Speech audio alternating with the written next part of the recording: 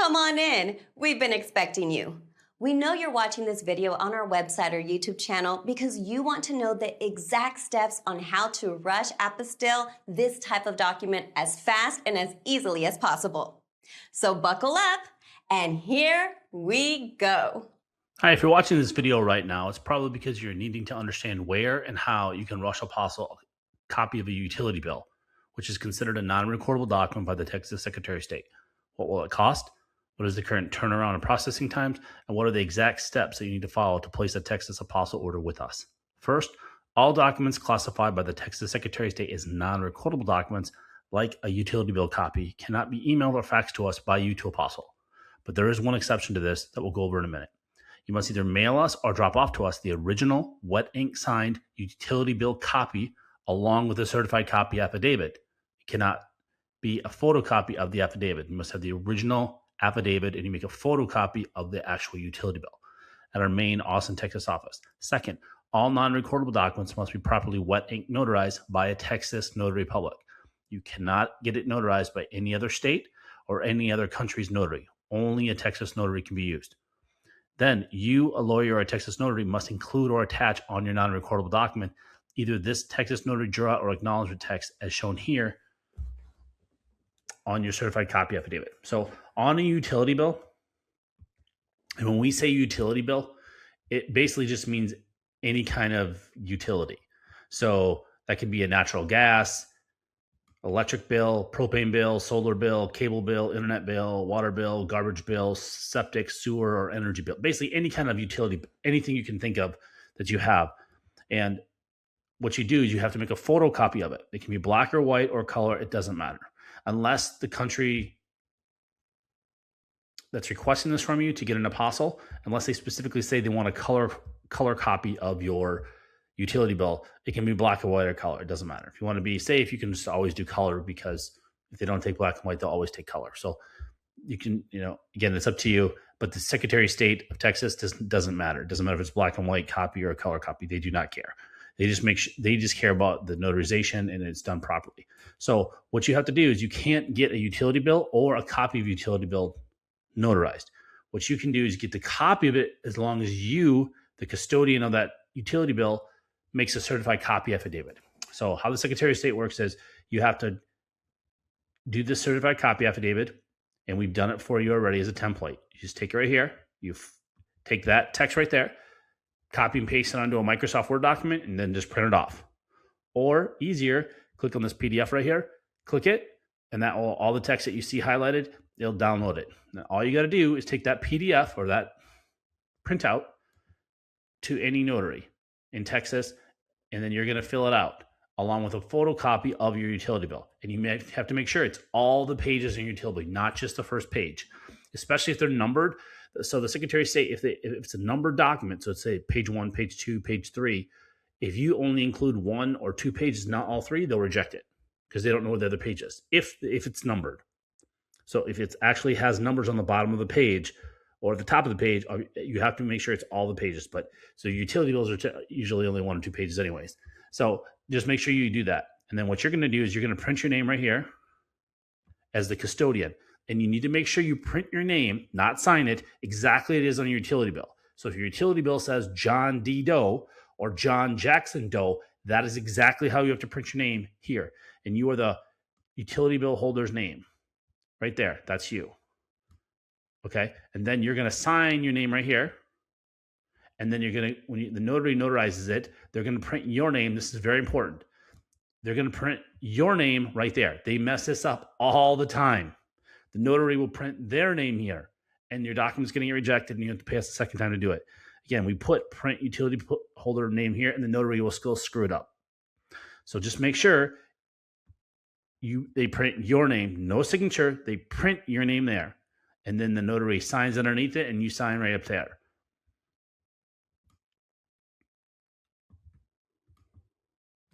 You can also use a Texas e-notary, which is also called an online notary, virtual notary, or remote notary to notarize your document via Zoom or web conferencing if you do not currently reside in Texas or the U.S.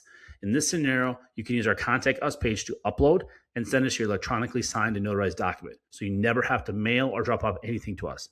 So you can get to our contact page one of 3 ways from this page. You can click on her right here. You can click right here, or you can click right here. On our Texas Apostille order form page that you can access by clicking on the order form button at the very bottom of this page, you will need to complete the online Texas Apostille order form, then print it out, and then drop it off or mail it to us along with a prepaid return FedEx or UPS shipping label so we can mail all your documents back to you or to whomever in the world you want.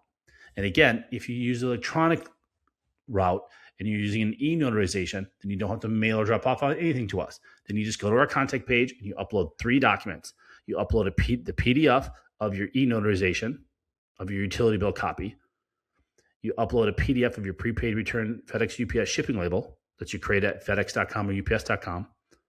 And 3, you upload a PDF of our order form page. So when you go to our order form page, instead of clicking print on your computer and it prints a hard copy up on your printer settings on your computer, you click the drop-down menu and it'll say save as PDF.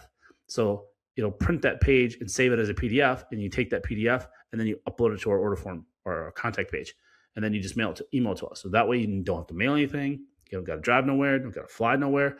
Don't have to leave your house. You can do that anywhere in the world. As long as you have a valid ID to show a Texas notary, you can do this e-notarization, this route in China, from Australia, South America, Central America, Europe, Antarctica. Doesn't matter where you're at, you can do it. It's very, very simple. Next to step 2, which is shipping instructions. This is step 2. I'm going to go over how you're going to get documents to, and we're going to get documents back to you. So the shipping to and from, and how you have to create the shipping labels and what you have to do. So depending if you're getting a state, federal, or embassy level documents apostilled, or all 3. If you're going for example, a non-Hague country, you have to go through that's called the document legalization or attestation process. And if it's a state level document, like say a birth certificate for, let's say, Vietnam or Thailand, you'd have to get it done at the state level of Texas, then the U.S. Department of State, and then the embassy of that country. And that's the 3rd step. So I'm going to go over all that on how you have to do the shipping. So to get your documents to us, there's going to be typically only 2 ways. One, which is the easiest way and what we recommend to 99% of people, and that's you're going to overnight or mail your documents to our Austin address, which is on our order form page and on our shipping instructions. Or if you live in the Austin area, you can drop off your documents to us. Again, it does not speed up the process, which we go over in step 3. It does not speed up the process at all, mailing it or dropping off. It's not a walk-in service. You can't walk into our office and come out with it and getting an apostille. Apostils are only done at the Texas Secretary of State, U.S. Department of State in Washington, D.C., or a consulate or embassy of that foreign country, and we do all the legalizations in our D.C. office at all the foreign embassies in D.C., which is where 99% of all the foreign embassies are located at. So I'm going to go through what you have to do. So if you're going to mail your documents to us, please do not use the post office. Do not use the United States Post Office. They lose documents constantly. They lose billions of dollars for a reason every year. They are incompetent. They're unreliable. Do not use them. Do not mail your documents to us or have us mail them back to you, because it's usually the tracking is horrible. We recommend only to use FedEx, but if you want FedEx or UPS, or if you're in Europe or in South America or Central America, I know it's big down there in those countries, is DHL. But again, the most reliable and who we recommend, and we ship with them every single day, and we ship up tens of thousands of documents, and we have clients on 6 continents, haven't got Antarctica yet, is FedEx. They are by far the most reliable. If you want your documents not to be damaged or lost, they are the most reliable, and they are the cheapest if you're using documents in the US by far. And I'll give you an example. We ship to our DC office from Austin, Texas. So the middle of Texas, all the way as far as you can possibly go across the country until the Atlantic Ocean to Washington, D.C. It costs us $10.95 to 2-day FedEx documents to our DC office. If we use UPS, same turnaround time, it's over $40. If we use the post office, it's over $20. It's like $23. It's over twice. So if you're using documents, FedEx is so much cheaper than using UPS and the post office for that matter, if you're doing it fast within overnight or 2 days. Most people don't realize that's only if you use the FedEx One option. And our video on our shipping pages, they're going to go through that. I'm going to explain that. So here's the links you're going to click on. So this will do a long video, another 15, 20-minute video. It will walk you through something that FedEx or UPS doesn't even do on their website. We have screenshots and a video walking through the screenshots on how you can create a prepaid return shipping label on FedEx.com or UPS.com from anywhere in the world. So I don't care where you live in the world, you can go online and you can create a prepaid shipping label, and then you can print that out and mail that to us, or you can download it and email the PDF that they give you. It's only a PDF. You cannot give us shipping labels in a Word document or a GIF or a JPEG or whatever it is. You need the original PDF that both UPS and FedEx will give you. When you create it and you click on these links right here, and they'll show you a video and walk you through screenshots on how you have to do that anywhere you want. Okay. And then if you're doing internationally, you have to do what's usually called a customs invoice or customs receipt that you have to do. You click on these ones, this one for FedEx and this one for UPS, and we already have a pre-filled out for you template that you just got to fill out and then sign your name and date and put the date on it. That's it. It's already done for you. Again, depending on the country, they don't normally need this, but we always do it just in case. We tell you to do it if you're shipping internationally, for shipping your document from the US to another country. For example, Mexico doesn't really care that much, but you can do it anyways, but they don't really care with FedEx. But a lot of the other countries in the world, to get through customs, you're going to make sure you're going to want to have that. Okay. And then the other big thing is you cannot put our name on the shipping label. Let me repeat myself. You cannot put our name, phone number, or address anywhere on your shipping when we're shipping it back to you. That's the shipping to you. So we've apostilled your document, and now you want it to return to you or to a law firm or to another country or a friend or family or coworker or a company or government entity, wherever you want us to send it. You're creating a prepaid shipping label. Okay, you are the importer and you are the shipper. So you cannot have our name on it, because if it goes through customs, we'll get billed for it, and we do get billed for it, hundreds of dollars. That's not ours. So we will not ship your documents back to you if you put our name on it. Okay, think of it like a envelope that you're mailing to somebody. In the upper left-hand corner in the United States, you put the return sender, meaning if the address you send it to it's a wrong address or the post office can't deliver it, they're going to return that mail to you. That's what we're asking for. You just can't put our address on there. You have to put any address. It doesn't matter what it is. You can put your friend, family member, coworker, a business. It doesn't matter. You just can't put our information on there. Again, you can just put yours. That's what people do. You can put your address as the to and the from. So, for example, you're shipping it. You want it shipped back to Europe, let's say. You have a friend or family member in the U.S. You can just use their address. Again, this is only if your document gets returned to you. They need an address to send it back to. Or if it goes through customs, they have to have an address to bill someone if you didn't pay the customs or whatever. Again, it doesn't really matter. You just can't put our address on it. It's real simple. And then again, both of these, you click on this, we'll go through what that means on how to do it. When you get to the FedEx or UPS, when you're online doing it, they'll ask, where is it getting sent from? Where you just can't put our address or phone number on there. It's very simple. People do it every day. People say we can't do it. Yes, you can. You're just not doing it right. Just follow our directions. Do it online. Don't walk into FedEx or UPS store to try to do this, because a lot of times those people don't know what they're talking about. You can just do it online.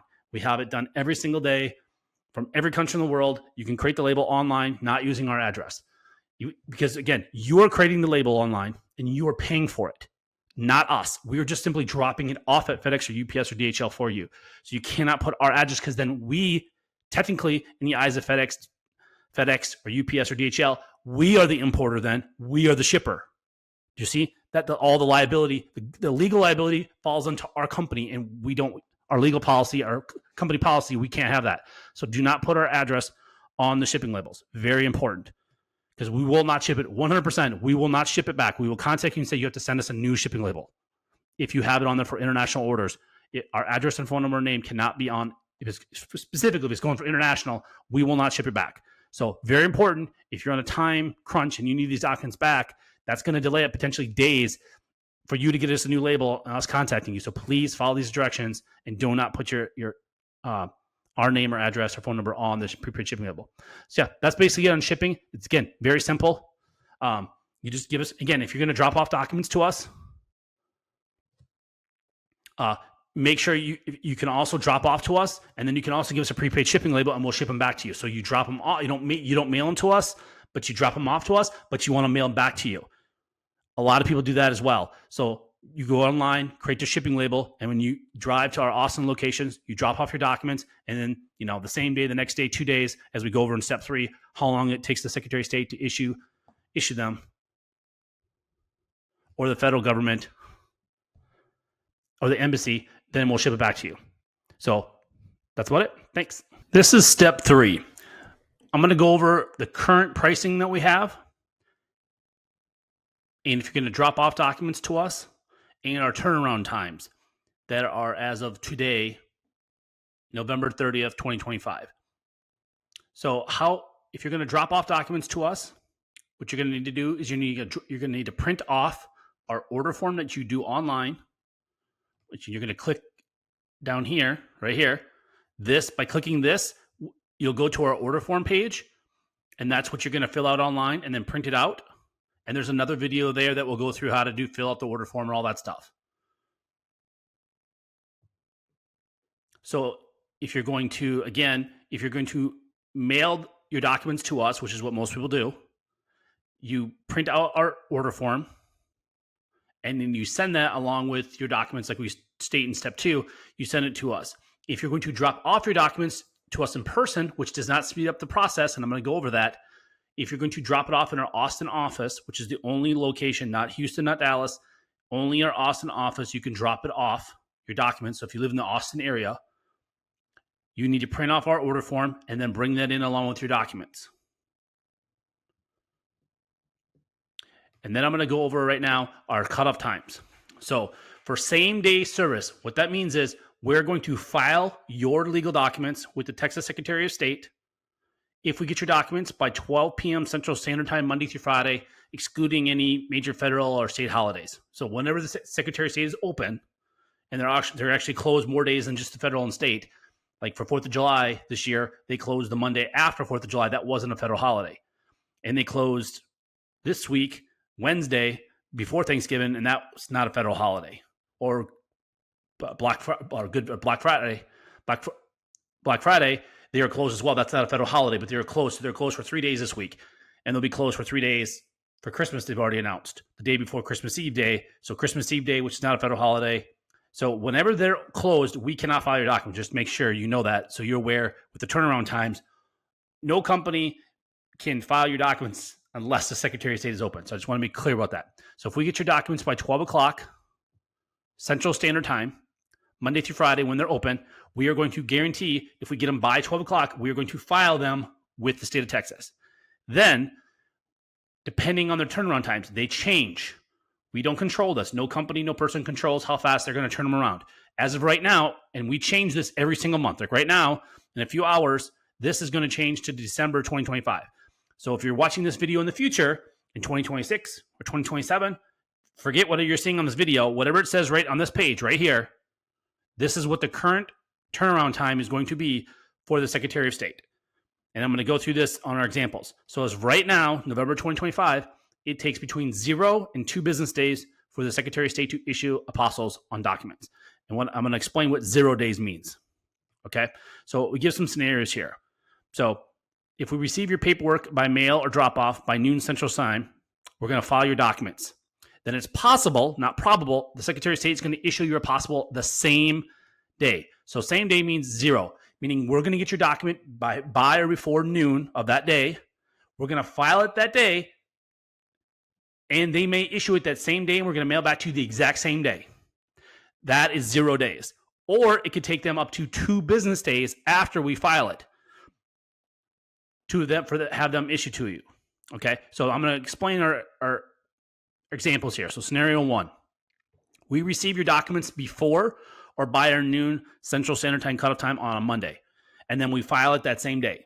The Secretary of State will either issue an apostille on your documents the same day, which is 0 days. The next business day, they might do it, which is 1 day, or 2 business days. So the worst case scenario, you're going to get it and mail back to you is on Wednesday. So that is the best case scenario if we get your document by 12 o'clock. Okay.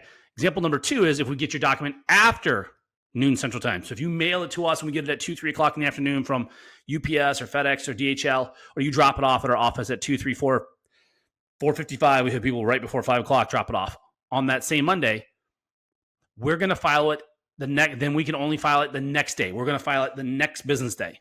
And then they could issue it that same day. That's 0 days. They might issue it the next business day, 1 day, or 2 business days. So worst case scenario, we can pick it up and mail it back to you on that Thursday. So again, both scenarios, if we get your document on a Monday, we get it before noon or after noon, it's going to be Wednesday or Thursday. So again, the absolute worst case, unless there's a zombie apocalypse or an orc uprising or alien invasion, if you do it on Monday, it's going to be mailed back to you on Thursday. Worst case, best case, it can be mailed back to you on Monday. So just to go through that. And I cannot stress this enough. If you're traveling to our main office in Austin, dropping off your documents instead of mailing to you does not speed up the process. It doesn't matter if we get them by drop off or by mail before noon or after. It's going to be the same turnaround time. Too many people, they don't read our website, they don't contact us, and they show up thinking it's going to be done the same day. And that's not possible because it's Secretary of State. It's up to them. They are going to decide if they're going to issue it the same day, next day, or 2 days. So please, unless you live in the Austin area, it does not speed up the process. Just overnight your documents to us, like we say in step 2, how to do it. Okay. And then these prices are as of today. These might change next year in 2026 or 2027 or 2028, whenever you're watching this video. But don't go by what this video says. Go by what this is saying right here. Whatever this says right here, whatever it says right here at this time, that's the current pricing.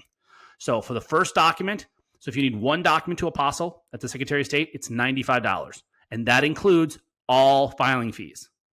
So you don't write us a check or money order, a cashier's check. You don't send us money for the state filing fee. And you do not do the paperwork. You don't send us the state form. We have our own forms and we pay the filing fee. So it's just $95. That's it. There's no tax. It's just $95 flat. That's all you call. And then if it's multiple, it's discounted. And this is just an easy little chart for you. If it's one document, it's $95. If it's 2 documents, you need Apostille. And this is at the same time.